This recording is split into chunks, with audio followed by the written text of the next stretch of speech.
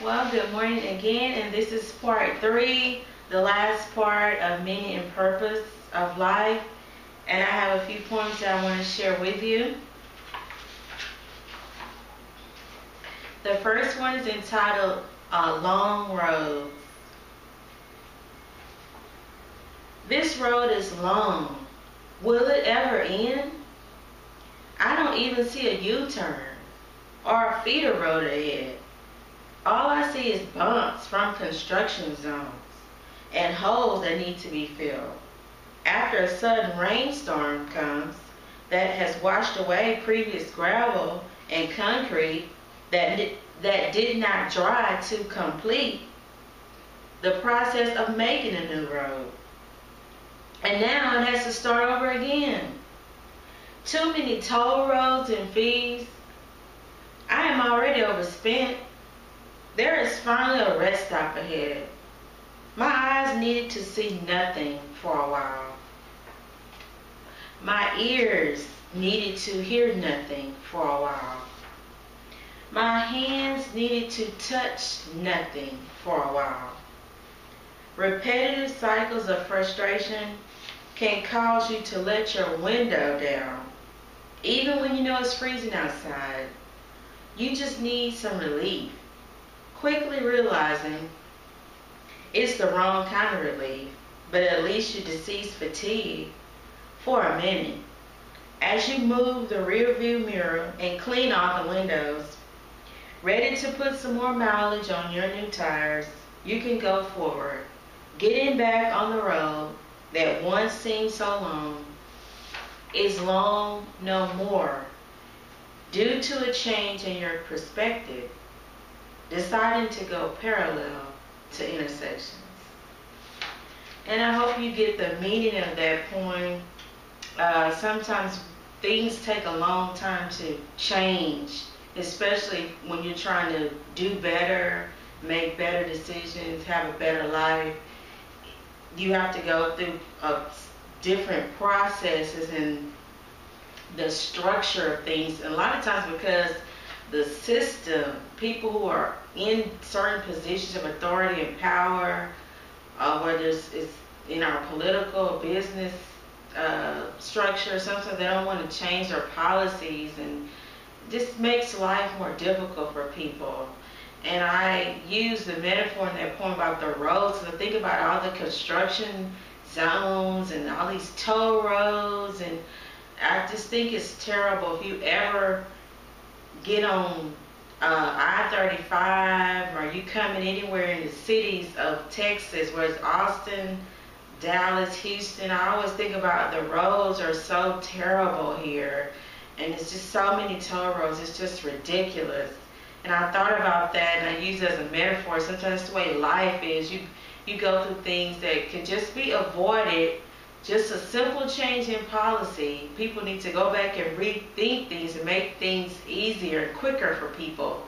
But it's like they won't do that. It's bureaucracy and just bull. Just a bunch of bull crap, really. But that's the way life is sometimes. The next poem is called Meeting People. Meeting people is interesting.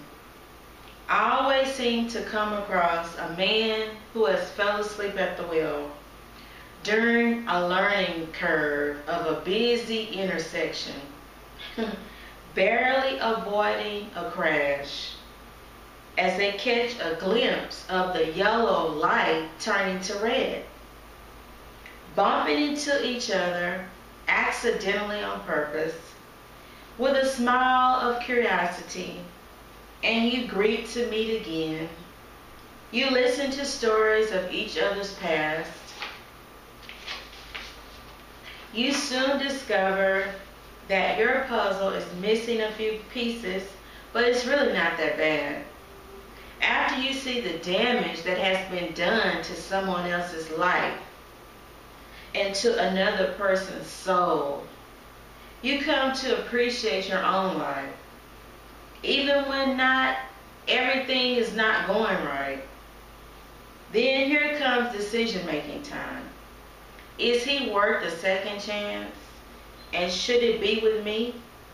Did I just come into his life to wake him up? Or help him dream big again? Discover a new passion for life? And if so, why me? Or am I taking on an assignment that's not mine in the first place to complete? I decided this time that a man has to figure things out on his own. I don't need to persuade him, nor do I want to persuade him. He has to finish his own puzzle. And I'm not giving him any of my pieces, or else my puzzle will be left incomplete.